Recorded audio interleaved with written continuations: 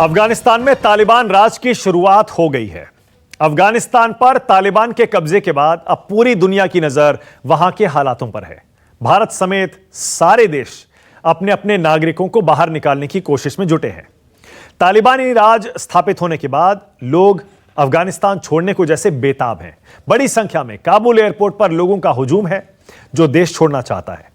इस बीच काबुल से भारतीय वायुसेना का विमान C-17 गुजरात के जामनगर पहुंचा। इसमें भारत के राजदूत के साथ करीब 150 लोग हिंदुस्तान लौटे हैं। भारत का यह एयरक्राफ्ट अमेरिकी सैनिकों की तरफ से एयरपोर्ट पर मुहैया कराई गई सुरक्षा के बीच निकला है। हालांकि हालात तो वहां ऐसे थे कि वहां कोई विमान उड़ ही ना पाए, पर अमेरिकी सेना ने जो सुरक्षा वहां पर दी है उसी की मदद से भारतीय वायुसेना का यह विमान हिंदुस्तान आ पाया है। आपको बता दें, काबुल एयरपोर्ट को सुबह से ही अमेरिकी एजेंसियों ने आज दोबारा खुलवा रखा है। बहरहाल अफगानिस्तान में अब भी कुछ भारतीय फंसे हुए हैं। जो लोग वापस आ रहे हैं वो राहत की सांस ले रहे हैं। जो पहुंचे हैं हिंदुस्तान, जरा पहले उन्हें सुन लीजिए एक बार, और हमारे हाई कमिश्नर क्या कहते हैं वो भी सुनिए। You cannot imagine how great it is to be back home. I tell you, after 2 weeks of very intense work, very complicated situation, having to take decisions and work in conditions that were very unusual, I'm very happy, and I think the whole mission is very happy that it's finally over. खुश हैं, देखिए खुद हमारे राजदूत अफगानिस्तान के कह रहे हैं कि बहुत अच्छा लग रहा है, खुश हूं, राहत की सांस ले रहा हूं हिंदुस्तान आकर, क्योंकि 15 दिन से जो चल रहा था कुछ भी हो सकता था। इस बीच अफगानिस्तान में तालिबान राज के बाद हालात अब बदले बदले नजर आने लगे हैं।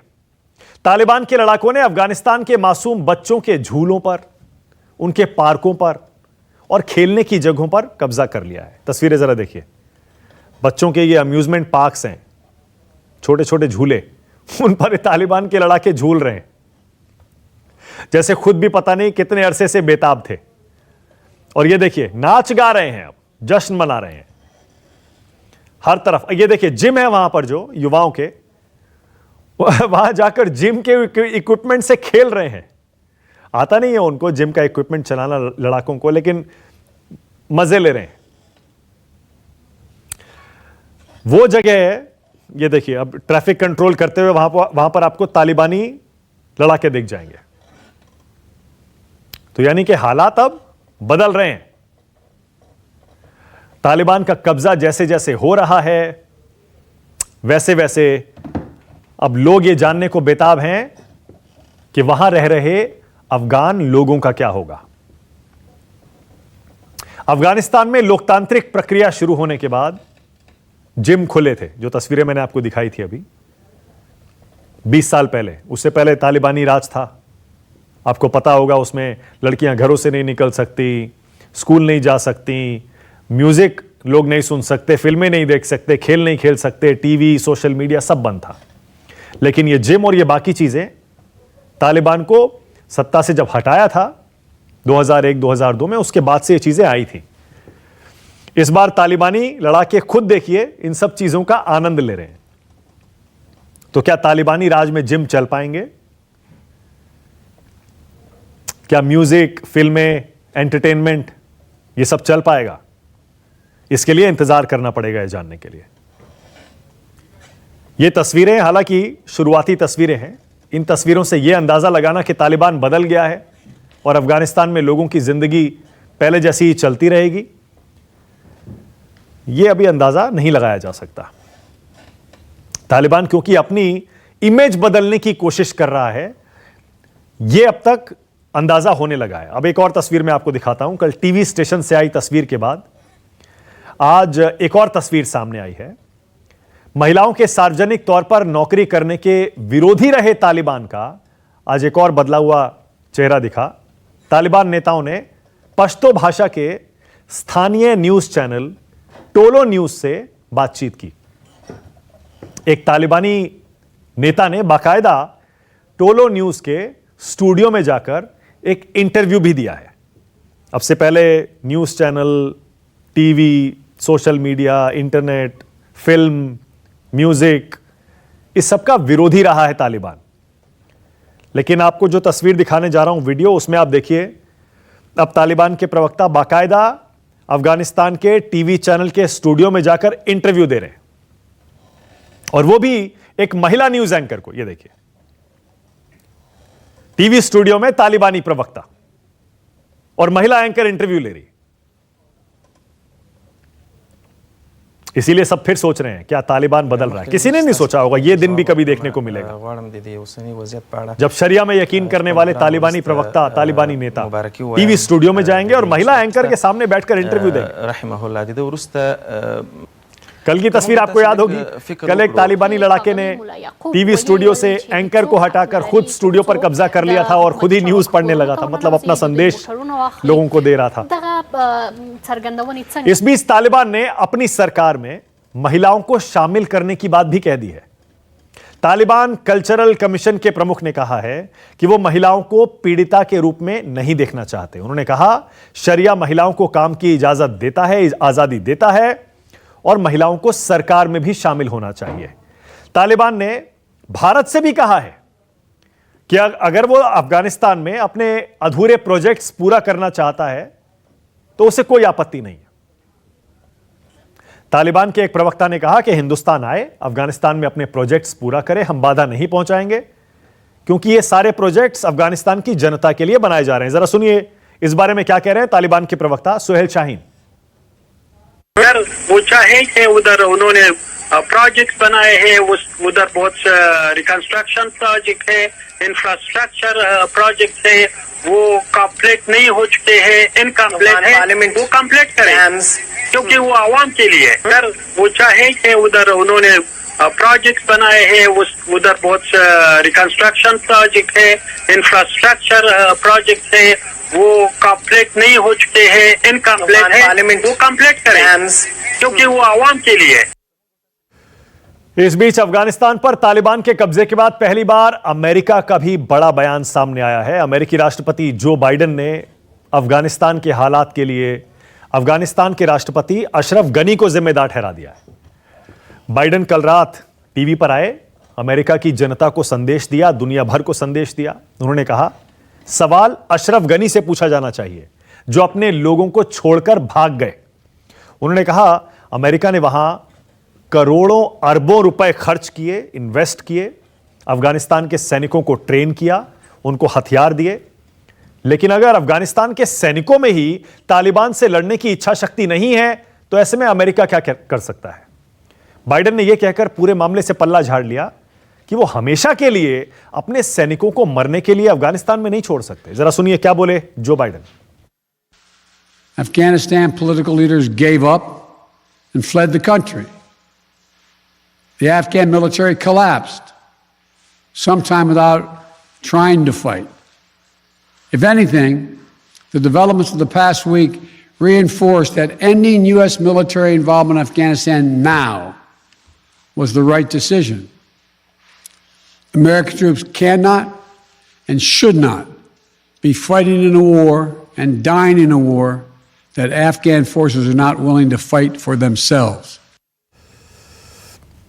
जो बाइडेन अमेरिका के राष्ट्रपति कह रहे हैं जो लड़ाई खुद अफगानिस्तान की फौज नहीं लड़ना चाहती वो अमेरिका क्यों लड़ेगा। उन्होंने बिल्कुल साफ कर दिया अफगानिस्तान में जाने का हमारा मकसद 9/11 का बदला लेना था। जिन लोगों ने वर्ल्ड ट्रेड सेंटर पर हमला किया था उनका सफाया करना था, उनको ढूंढ ढूंढ कर हमने मारा, हमारा लक्ष्य पूरा हो गया। अफगानिस्तान पर तालिबान के कब्जे के बाद पाकिस्तान में भी सियासत गर्म है। कल पाकिस्तानी प्रधानमंत्री इमरान खान ने तालिबान राज को गुलामी की जंजीर तोड़ने जैसा बताया था। हालांकि पाकिस्तान के लोगों की तालिबान पर राय बटी हुई है। पाकिस्तान के वरिष्ठ पत्रकार हामिद मीर कहते हैं उनके देश के ज्यादातर लोग तालिबान के खिलाफ हैं। उन्होंने कहा जो लोग तालिबान राज पर आज खुश हो रहे हैं वो मुट्ठी भर हैं, थोड़े बहुत। हमारे सहयोगी संजीव त्रिवेदी के साथ बातचीत में हामिद मीर क्या बोले सुनिए। इस पे पाकिस्तान में ओपिनियन डिवाइडेड है। ज्यादा लोग जो हैं वो मुहतात है, वो ये समझते हैं कि तालिबान ने अगर काबुल पे कब्जा कर लिया है तो अब इसके बाद पाकिस्तान के लिए भी बहुत से चैलेंजेस हैं, तालिबान के लिए भी चैलेंजेस हैं। और जो लोग खुश हैं उनमें हमारे एक सिराजुल हक साहब हैं जो सेनेट के मेंबर हैं जमात इस्लामी के, वो सरबराह हैं, हेड हैं जमात इस्लामी के, और उन्होंने ये तासुर दिया है कि शायद जैसा सिस्टम अफगानिस्तान में आ गया है वैसा पाकिस्तान में भी आ सकता है। लेकिन आपको ये याद रखना चाहिए कि उनकी पार्टी के हमारी जो कौमी असम्बली है यानी कि लोकसभा है, उसमें सिर्फ उनका एक मेंबर है और सेनेट में भी उनके सिर्फ 2 मेंबर है, तो वो इतने पॉपुलर नहीं है। तो इसलिए तालिबान की जो कामयाबी है अफगानिस्तान में, तो पाकिस्तानियों की एक जो बड़ी मेजॉरिटी है वो इसको अपनी कामयाबी नहीं समझती, ये तालिबान की कामयाबी। अब निगाह इस बात पर है कि दुनिया का तालिबान पर रुख क्या रहता है। रूस, चीन और पाकिस्तान ने तालिबान पर नरम रुख शुरू से ही दिखाया है। नरम रुख, सवाल यह उठ रहा है भारत सरकार का तालिबान पर क्या रुख रहेगा। क्या भारत अब भी वेट एंड वॉच की नीति अपनाएगा या पीएम मोदी को स्टैंड लेंगे? राष्ट्र की बात में हमारा आज का सवाल इसीलिए बड़ा सीधा है। तालिबान से मोदी दोस्ती करेंगे या दुश्मनी? भारत के हित में क्या है? और दूसरा, क्या अफगानिस्तान में फंसे लोगों का संकट मोचक बनेगा हिंदुस्तान? राष्ट्र की बात में आज मेरे साथ बीजेपी से आरपी सिंह आपकी टीवी स्क्रीन पर आ रहे हैं। कांग्रेस की तरफ से अभय दुबे आ गए हैं। Major general retired Vishambar Dayal आपकी टीवी स्क्रीन पर हैं। संगीत रागी दिल्ली यूनिवर्सिटी के प्रोफेसर हैं, राजनीतिक विश्लेषक हैं, आरएसएस के विचारक हैं। और शोएब जमई भी आ गए हैं, मुस्लिम स्कॉलर हैं शोएब जमई, और मुसलमानों के पक्ष में हिंदुस्तान में अक्सर आवाज उठाते आए हैं। आप सभी का स्वागत। आरपी सिंह, आपसे शुरू करूंगा। आरपी सिंह जी, मुझे पता है कि अभी आपके लिए थोड़ा जल्दी होगा यह कहना कि भारत सरकार क्या करेगी, क्योंकि शायद सरकार में भी अभी विचार चल रहा होगा तालिबान के साथ कैसे रिश्ते रखे जाएंगे आने वाले समय में। बीजेपी का क्या मानना है आरपी सिंह जी, तालिबान के साथ कैसे रिश्ते होने चाहिए? क्योंकि पाकिस्तान, चाइना, रशिया, ये 3 तो पहले ही कह चुके हैं कि बहुत अच्छा हो रहा है, तालिबान बहुत अच्छा कर रहा है। बाकी देशों का इंतजार है, देखते हैं वो क्या करते हैं। पर इंडिया के लिए ज्यादा इंपॉर्टेंट है क्योंकि वो हमारा पड़ोसी देश है। आरपी सिंह जी, क्या करना चाहिए सरकार को? धन्यवाद मानक जी। आपके पहले प्रश्न के बदले दूसरे प्रश्न का उत्तर ज्यादा जरूरी है इस समय। वो है कि हम अपने जो वहां पर नागरिक हैं या जो हिंदुस्तान के मूल के निवासी हैं, वहां पर लोग हैं, हम उनको वहां से सेफली वहां से निकालें। कल रात को 46, अब भी आज 150, और बाकियों को सबको वहां से निकालकर भारत सेफ्टी के साथ लाना जरूरी है। और उसके अलावा जो और लोग वहां से, जो सिख या हिंदू परिवार वहां से आना चाहते हैं, उनको भी सेफ्टी के साथ यहाँ लाया जाए, या उनकी सेफ्टी वहां किस प्रकार हो, ये बड़ा विषय है। तालिबान के साथ रिश्ते कैसे हो, क्या ना, वो शायद अभी रुक सकता है, उस बारे में विचार डिबेट भी हो सकती है, डिस्कशन भी हो सकती है। परंतु आज और उस पर भारत सरकार लगातार निरंतर उस पर चिंता कर रही है, काम कर रही है। आरपी सिंह जी, एक सेकंड रुकिएगा। आपकी आवाज फोन के जरिए अच्छी नहीं आ रही है। मैं अपने कंट्रोल रूम से कहूंगा कि जो आपकी स्काइप से आवाज आ रही है उसे सुनाए जरा, वो ज्यादा अच्छी आ रही थी मेरे ख्याल से। हाँ बोलिए आरपी सिंह जी, कंटिन्यू करिए। जी, तो मेरा ये कहना है कि कल रात को भी लोग आए, आज भी आए, और कल भी कुछ लोग और आएंगे। कोशिश ये होनी चाहिए, पहली प्रायोरिटी इस समय देश की, भारत की है कि इस प्रकार से जो अपने लोग वहां पर हैं उनको हम भारत लेकर आए। रिश्ते क्या होंगे, कैसे होंगे, उनको आगे कैसे चलाना है, क्या नहीं चलाना है, वो क्या करना है, वो बात की बात है। और उसके लिए जिस देश की मदद की जरूरत हमको पड़ सकती है, जैसे हमको वहां पर लोकल डायमेंशंस देखते हुए, बदलते हुए हालात को देखते हुए, बदलते हुए डायनामिक्स को देखते हुए जो करना हो, भारत अपने, ठीक है, हमारे लिए क्या उचित होगा उसके हिसाब से फैसला करेगा। ओके, परंतु आज प्रायोरिटी है कि हम किस प्रकार वहां से अपने लोगों को निकालें। ठीक है, अपने लोगों को निकालना तो अलग बात हो गई। अपने लोगों से आपका क्या मतलब आरपी सिंह जी? क्योंकि कल जो हरदीप पुरी कह रहे थे उससे तो अपने लोगों पर हिंदुस्तान में बहस छिड़ गई है। क्या सिर्फ हिंदुओं और सिखों को वहां से बचाएंगे? क्या वहां के अगर मुस्लिम लोग यहां पर रेफ्यूज मांगेंगे, शरण मांगेंगे, तो क्या उनका स्वागत नहीं करेंगे आरपी सिंह? देखिए, हमने कहा हिंदू और सिखों को इसलिए क्योंकि वहां पर उनके लिए अगर वो आकर नागरिकता लेना चाहते हैं, यहाँ पर सिटीजनशिप लेना चाहते हैं, तो उस डिमेंशन से। और आपकी जानकारी के लिए, वहां पर जो काबुल के निवासी हैं उनके लिए भी ई वीजाज खोल दिए गए, जो आना चाहते हैं उनके लिए ई वीजाज खोल दिए गए हैं। और पहले भी अफगानी यहाँ पर आकर रहते रहे हैं, अफगानिस्तान के लोग आते रहे हैं यहाँ पर, और सिटीजनशिप का अधिकार नहीं होगा। परंतु हाँ, हिंदू और सिख जो आएंगे, अगर वो चाहेंगे तो उनको सिटीजनशिप का अधिकार मिलेगा। परंतु रास्ता सबके लिए खोल दिया जाएगा। जो जितनों को अकोमोडेट कर सकते हैं उनको अकोमोडेट किया जाए। Okay, alright. अभय दुबे, आपकी पार्टी ने तो देश पर बरसों बरस राज किया है और आपकी सरकार में भी अफगानिस्तान से रिश्ते कई बार बदले हैं। आपका क्या मानना है अभय दुबे, इस तालिबान के नए शासन को क्या हमें मानना चाहिए, स्वीकार्यता देनी चाहिए या फिर नहीं देनी चाहिए? माणक जी, आपने समूचे विश्व के राष्ट्राध्यक्षों का वक्तव्य सुना, जो स्टेक होल्डर्स है, मेन स्टेक होल्डर्स है, चाहे वो यूएस हो, रशिया हो, चाइना हो, पाकिस्तान हो। भारत के प्रधानमंत्री का एक भी वक्तव्य सुना इन दिनों आपने कभी? तालिबान शब्द भी प्रयुक्त नहीं किया उन्होंने। लेकिन किया क्या और हुआ क्या, मैं थोड़ा सा उस पर प्रकाश डालना चाहता हूं।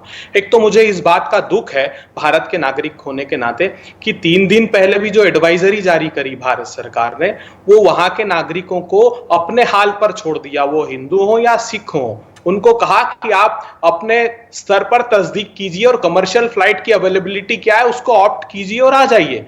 जबकि आज जो लोग कह रहे हैं वो पहले से कह रहे थे कि कंपनियों ने हमारे वीजा रख लिए, हमको थोड़ा सा सपोर्ट कीजिए ताकि हम आ पाए।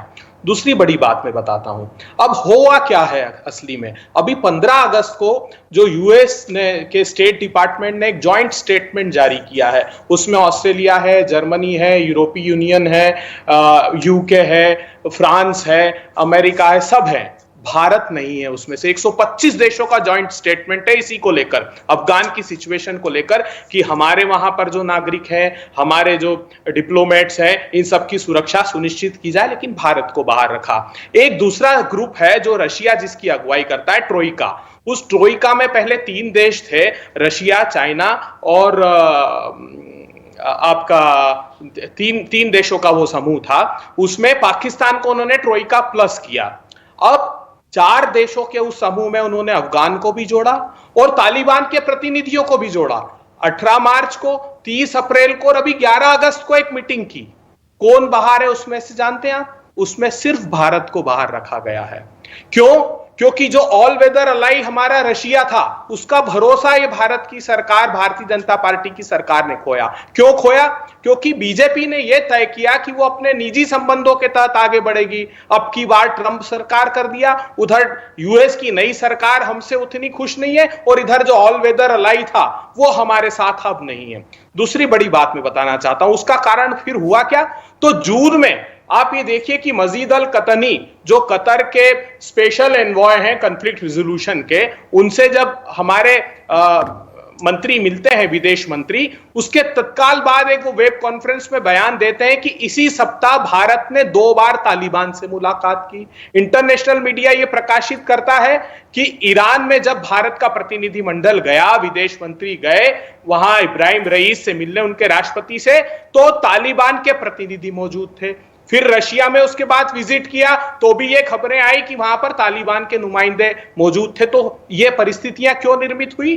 क्योंकि आपने भरोसा पैदा नहीं किया सरकार ने, उसका खामियाजा हमको उठाना पड़ रहा है। जबकि हम सबसे बड़े स्टेक होल्डर हैं। रिकंस्ट्रक्शन ऑफ अफगानिस्तान में पूरे विश्व में सड़क से संसद तक भारत ने बनाई है।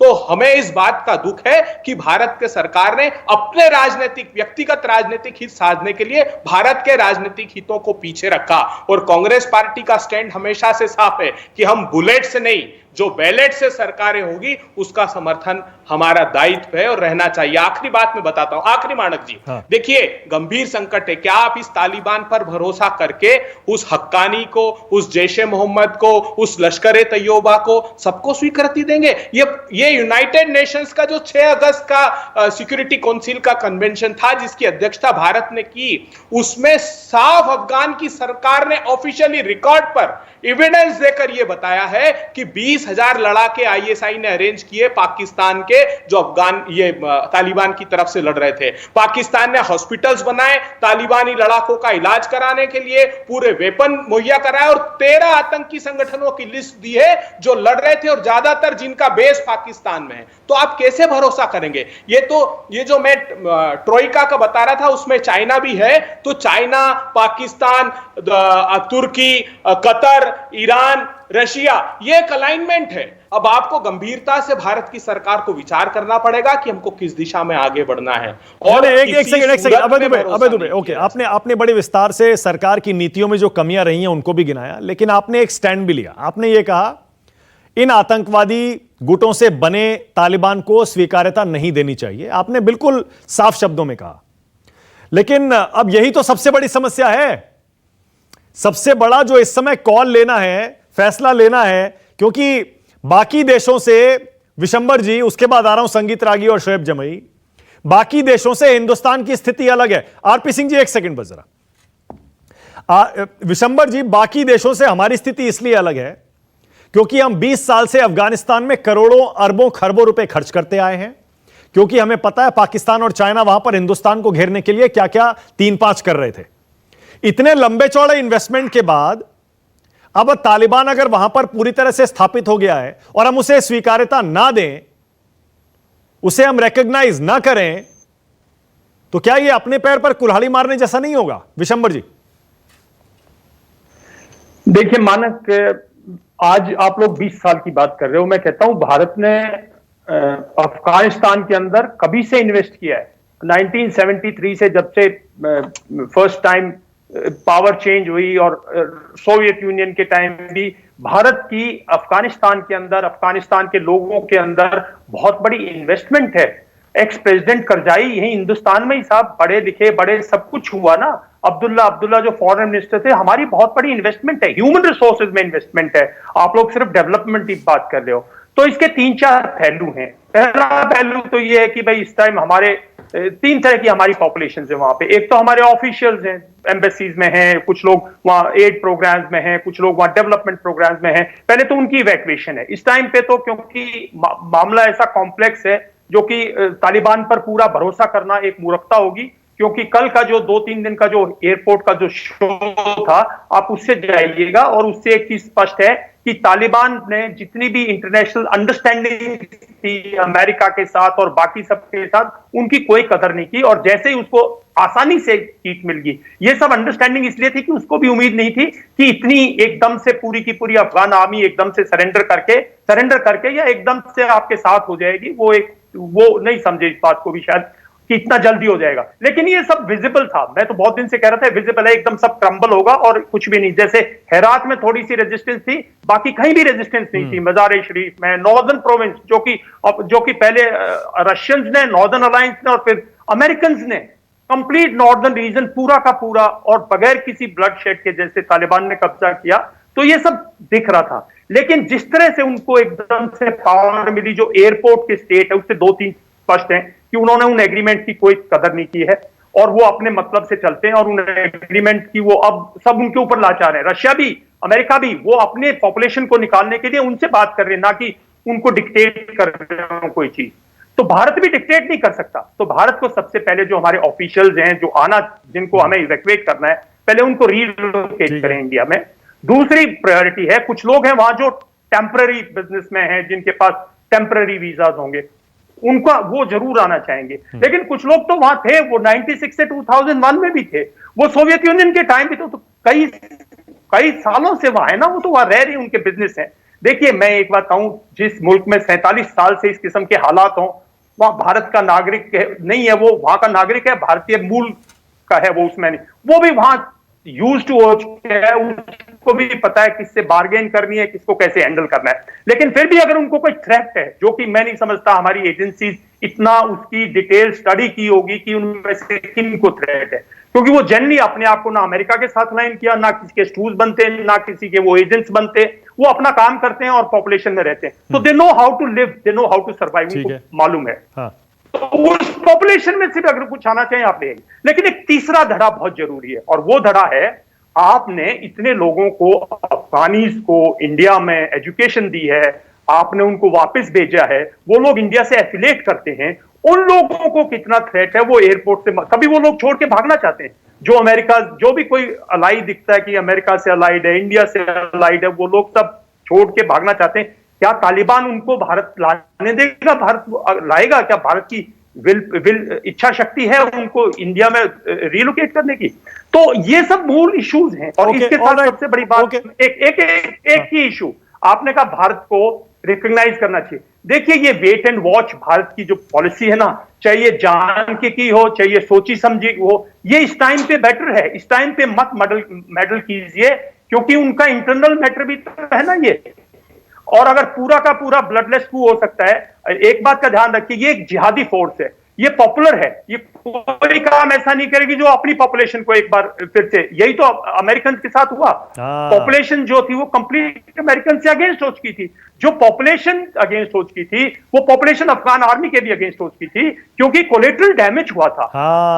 और एग्जैक्टली यही बात, और इसमें आइए बिल्कुल यही बात मैं भी कह रहा हूं। एक सेकंड जरा एक राउंड कर लेते हैं, उसके बाद आता हूं मैं। एक छोटी सी चीज और बताता हूं, ये टेम्पररी फेज है साहब, ये बिल्कुल शह देंगे, ये आईएसआई का एक मुखड़ा है, पाकिस्तान इसका बहुत बड़ा, ये पाकिस्तान का पूरी तालिबान पे पाकिस्तान का कंप्लीट कंट्रोल है। हमने 1999 में तो स्टैटिस्टिक्स कलेक्ट की थी कि भाई कितने उसमें रेगुलर आर्मी ऑफिसर्स हैं, रेगुलर आर्मी सोल्जर्स हैं पाकिस्तान आर्मी के तालिबान को जो सपोर्ट कर रहे थे 2001 तक, तो और उन्होंने इवैक्यूएट किया था ना, तो ये उनका मुखड़ा है। तो जितनी ये तंजीम अफगानिस्तान, जितनी तंजीम आज पाकिस्तान झेल रहा है, ये कल वहां भी तो जाके लोकेट हो सकती है ना, बिकॉज इनका जिहादी कैरेक्टर थोड़ी बदल सकता है। लेकिन एक चीज और है ना सर, एक चीज और है, मैं तो छोटी सी बात, मैं तो बहुत कॉमन सेंस वाली बात जो है ना वो देख रहा हूं मैं तो। एक सेकंड बस अबे जी, अभी तालिबान ने जब जैसे जैसे ये आए ना काबुल में, सबसे पहले इन लोगों ने क्या किया, तालिबान जो जेलों में सारे खूंखार आतंकवादी बंद थे उनको छुड़ा दिया, और उनमें बहुत सारे ऐसे लोग हैं जो वांटेड हैं, पाकिस्तान में वांटेड हैं, दुनिया भर में वांटेड हैं। इसका मतलब अगर पाकिस्तान में जो कल थोड़ी बहुत खुशी मन रही थी, हामिद मीर पाकिस्तान के सीनियर जर्नलिस्ट आज यही तो बता रहे थे हमें, वो ये कह रहे थे कि पाकिस्तान को भी ज्यादा जश्न मनाने की जरूरत नहीं है। ऐसा ना हो कि अफगानिस्तान के जिहादी संगठन जो हैं ये पाकिस्तान पर बिल्कुल उल्टा पड़ जाएगा सारा का सारा। संगीत रागी, उसके बाद आ रहा हूं सर दूसरे राउंड में। अभी संगीत रागी, क्या तालिबान से दोस्ती करनी चाहिए संगीत रागी? क्योंकि डिप्लोमेसी में प्रैक्टिकलिटी बहुत इंपॉर्टेंट होती है, प्रैग्मेटिज्म बड़ा इंपॉर्टेंट होता है। क्या दोस्ती कर लेनी चाहिए या फिर हम ये मान के चलें दुश्मन था, दुश्मन है और दुश्मन ही रहेगा? देखिए मानक जी, मैं अभी सभी को सुन रहा था और बड़ा गंभीर ये डिस्कशन चल रहा है। जहाँ तक मेरी जानकारी है, क्योंकि मैं भी अफगानिस्तान के बहुत कई लोगों से लगातार संपर्क में हूँ, अभी भी संपर्क में था, और जहाँ तक मेरी जानकारी है कि इंडियन एम्बेसी कोई 1 महीना पहले से व्हाट्सएप ग्रुप पर अलर्ट जारी कर रही थी अपने नागरिकों के लिए, और ये कहना गलत होगा कि इंडियन एम्बेसी इन खतरे से वाकिफ नहीं थी, ये गलत होगा। इसमें भी बहुत सारी चीजें हैं कि कई बार डिप्लोमेसी में जो आप पब्लिक डोमेन में जो चीजें होती हैं वो उससे कहीं इतर भी कई चीजें होती हैं जो आप नहीं कहते हैं। मुझे लगता है कि भारत के लिए इस समय वेट एंड वॉच की ही पॉलिसी सबसे अच्छी होगी, बेहतर होगा, क्योंकि आप नहीं जान रहे हैं कि आने वाले दिनों में आपका सबसे बड़ा जो चीज है वो भारत का जो नेशनल इंटरेस्ट है वो अफगानिस्तान में कैसे बचा रह जाए, ये ज्यादा इंपॉर्टेंट है।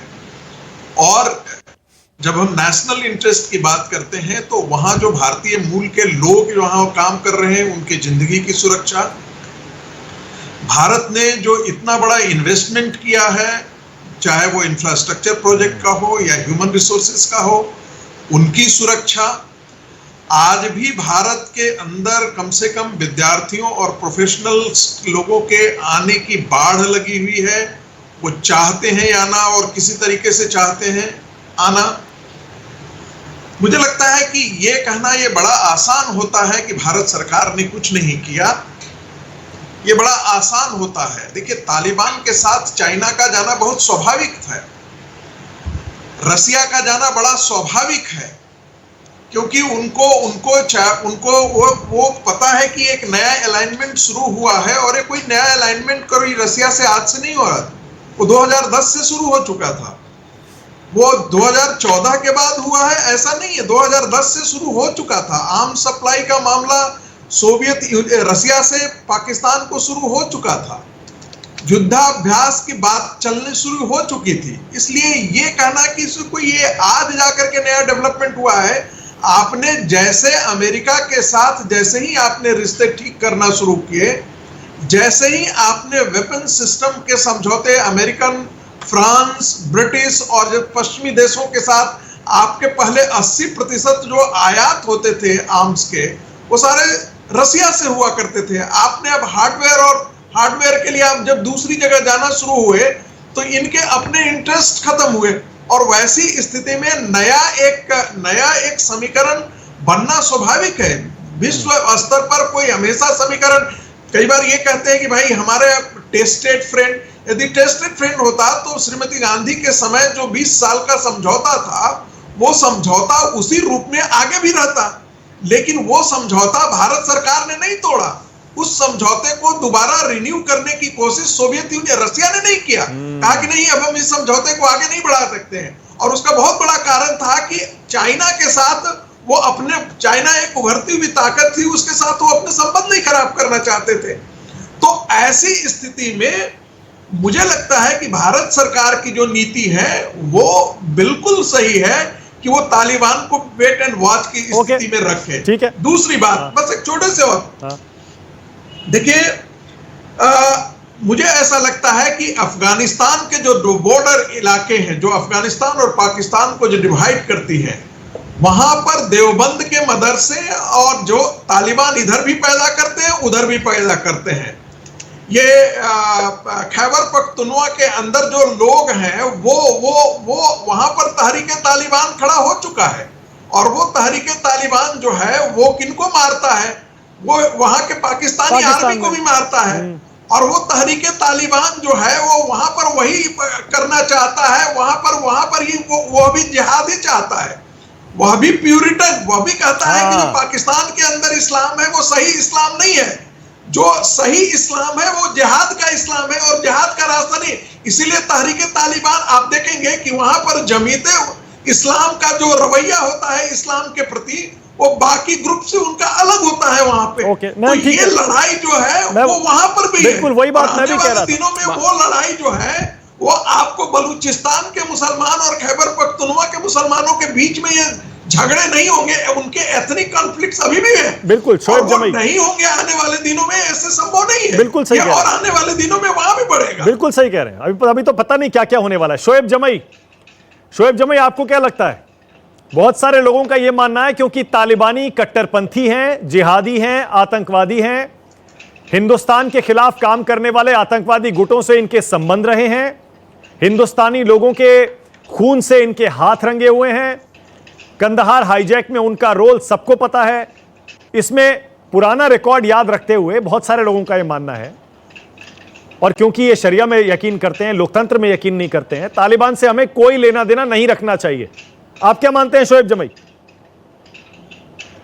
नहीं, देखिए मानक जी, मेरा एक बहुत प्रैक्टिकल बुनियादी तौर पर ये मानना है कि हमें अपनी जो नेशनल इंटरेस्ट है उसको सामने रखते हुए, जब हमने सऊदी अरेबिया के साथ रिश्ते अच्छे बनाए, तो आपको पता है ना, सऊदी अरेबिया में भी सख्त शरिया कानून लागू, वहां भी हाथ काटे जाते हैं चोरों के, और जो इलीगल रिलेशनशिप जिनके होते हैं उनको कोड़े मारे जाते हैं। खुद मतलब बाकायदा वहां पे एक स्क्वायर है जहां पे गर्दन काटी जाती है ऐसे लोगों के।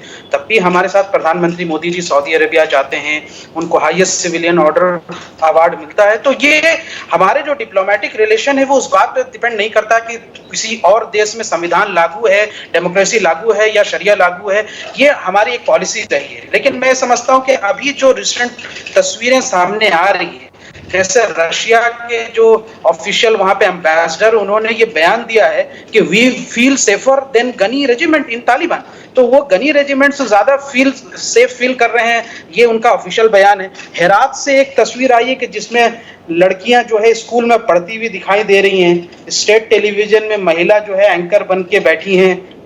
इवन कि जो सिख कम्युनिटी है और हिंदू कम्युनिटी है, वहां पे जाके तालिबान के रिप्रेजेंटेटिव ने उनसे मुलाकातें की और उनसे कहा कि आप सेफ हैं यहाँ पे, आप यहीं रहें, कहीं छोड़ के ना जाएं।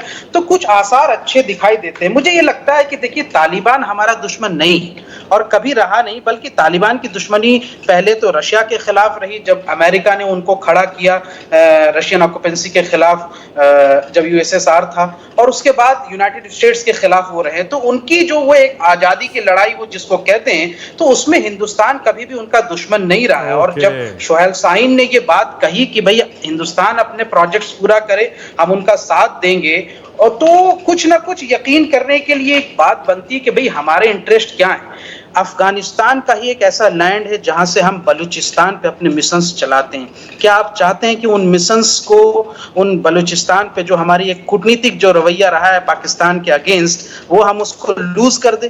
नहीं लूज करेंगे ना, क्योंकि वो सबसे बड़ा एक स्ट्रैटेजिक पॉइंट है हमारे लिए। तो मैं ये समझता हूं कि वेट एंड वॉच तो अच्छी बात है, लेकिन बहुत जल्द जिस तरीके से एक ब्लॉक बन रहा है रशिया, चाइना, ईरान, तुर्की का, उस ब्लॉक में शामिल ना होकर भी हमें अपने तरफ से तालिबान से एक कूटनीतिक संबंध बना करके बातचीत करना चाहिए, ताकि हमारे $5 बिलियन का जो इंटरेस्ट है इंफ्रास्ट्रक्चर प्रोजेक्ट से, वो भी सेफ रहे। और एक पड़ोसी मुल्क होने के नाते अगर तालिबान ये कहता है कि हम अफगानिस्तान की धरती को भारत के खिलाफ यूज नहीं करने देंगे, तो ये एक बड़ी बात बनती है। तो इसलिए मैं इस बात को बहुत फुल्ली एडमायर करता हूं। बहुत बढ़िया, आपने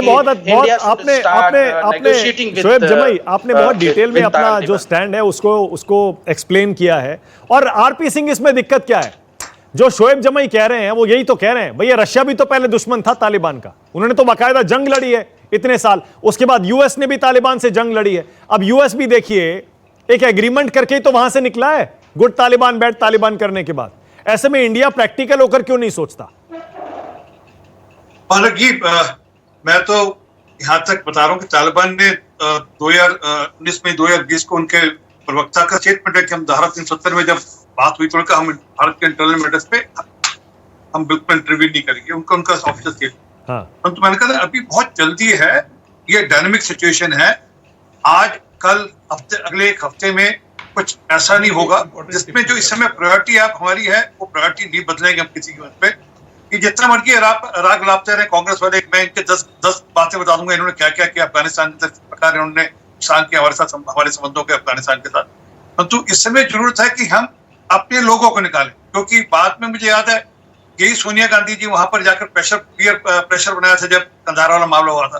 तो आज बाकी सब कुछ नहीं, आपकी प्रायोरिटी होगी, ठीक है रिलेशनशिप कैसे हो आपकी डिबेट के लिए जरूरी, परंतु भारतीयों के लिए जरूरी है कि हमारा एक एक नागरिक जो वहां पर है वो सेफ्टी के साथ भारत आए। उसकी चिंता हम कैसे करें कि वो बिल्कुल सुकुशल अपने अपने घरों तक जाए, एक।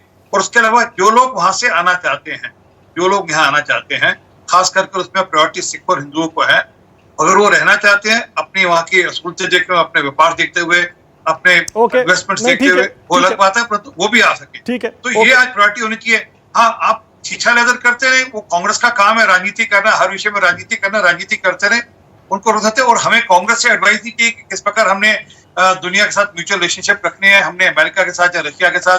अच्छा देखिए, मैं तो इसमें ये कहता हूं ना, मैं तो इसमें बड़ी सीधी सी बात कहता हूं अबे दुबे, मैं इसमें बहुत सीधी सी बात कहता हूं। दुनिया के किसी भी देश ने, संगीत रागी एक सेकंड, बस एक सेकंड, मैं 2 लाइन मैं भी कह दूं, जरा 2 लाइन मैं भी कह दूं मानक जी, मुझे मैं सिर्फ इतनी सी बात कह रहा हूं, दुनिया के हर देश को आप देख लीजिए, वो अगर किसी ऐसे मुद्दे पर स्टैंड लेता है वो नेशनल इंटरेस्ट को ध्यान में रखकर स्टैंड लेता है कि उसके देश के हित में क्या है। अगर अमेरिका ऐसे छोड़कर भाग गया तो इसलिए भाग गया ना, वो ये कहता है कि हमारा इंटरेस्ट नहीं है अब यहां और रुकने में, हम क्यों अपने ये सैनिकों को यहां पर मरने के लिए छोड़ें। रशिया अगर स्टैंड ले रहा है, सपोर्ट कर रहा है, तो रशिया अपना इंटरेस्ट देख रहा है, क्योंकि उसे पता है कि मुझे अफगानिस्तान में अपना दखल दोबारा चाहिए। पाकिस्तान क्यों कर रहा है? उसे अपना दखल वहां पर दोबारा चाहिए, बाकी लोग क्यों कर रहे हैं? ऐसे में हमें तो सिर्फ जो हर हिंदुस्तानी के मन में एक चिंता है ना, कि अगर अफगानिस्तान में तालिबान के आने के बाद पाकिस्तान की वहां पर पकड़ मजबूत हो गई, तो ऐसा ना हो कि एक बार फिर से कश्मीर से काम करने वाले जिहादी ग्रुप मजबूत हो जाएं और हिंदुस्तान में आतंकवादी हमले करने लगें। ऐसे में जो प्रैग्मेटिज्म, प्रैक्टिकलिटी, हिंदुस्तान के हित में क्या है? अबे दुबे, आप कह रहे हैं बिल्कुल तालिबान को हमें नहीं मानना चाहिए। नहीं, देखिए मानक जी, आपने गलत तरीके से परसेप्ट किया उसको। जो विशंभर दयाल जी ने कहा वही बात की थी मैंने, कि भरोसा नहीं करना चाहिए, रिकॉग्निशन तो सरकार को तय करनी है। अब जैसे प्यार प्रदर्शित कर रहे हैं आरपी सिंह साहब, वैसे मोदी जी भी कर दें कि साहब 2019 में तालिबान ने हमारे लिए बड़ी अच्छी सद्भावनापूर्ण बात की थी, तो मोदी जी कहे तो सही, कुछ तो मुंह खोले ना, कहे कि तालिबान से मैं को चाहता हूं, चुप के राहुल गांधी के विरोध को पाकिस्तान ने जाकर यूएन में जाकर लगाया था। सुनिए आरपी सिंह साहब, कोई दिखा रहे आतंकवाद का भूत जिन्होंने छोड़ा था अजहर मसूद, पाकिस्तान ज्ञान मत बांटिया। मोदी जी को कहिए, वो क्या भाषण देने के लिए सिर्फ वो सिर्फ देश के चुनाव लड़ने के लिए प्रधानमंत्री है क्या? हम आपके बोले ना में आने वाले नहीं क्या हैं। उनका व्यू है कैसे हमारे देश के नागरिकों को सुरक्षित करेंगे? जब से हम कह रहे हैं, एक महीने से सब कह रहे हैं, जून में आप देखिए मानक जी इनको चुप कराइए। जून में मेरे पास टाइम खत्म हो रहा है, सुनिए मेरे ना, पास टाइम खत्म हो रहा है, टाइम खत्म हो रहा है, मेरे पास टाइम खत्म हो रहा है, बिल्कुल मेरे पास टाइम खत्म हो गया है। अभी अफगानिस्तान का जो मुद्दा है, अभी हिंदुस्तान वेट एंड वॉच की पॉलिसी अपना रहा है। अभी और कई दिन इस पर चर्चा होनी है, फिर बात करेंगे। बहुत बहुत शुक्रिया आज राष्ट्र की बात में आने के लिए आपका। नमस्कार, मैं हूं मानक गुप्ता। अगर आपको हमारा ये वीडियो पसंद आया हो तो इसे लाइक और शेयर जरूर करें, और हां, हमें सब्सक्राइब और फॉलो करना ना भूलें ताकि आप देश और दुनिया की कोई खबर मिस ना करें। तो जुड़े रहिए हमारे साथ और देखते रहिए न्यूज़ 24।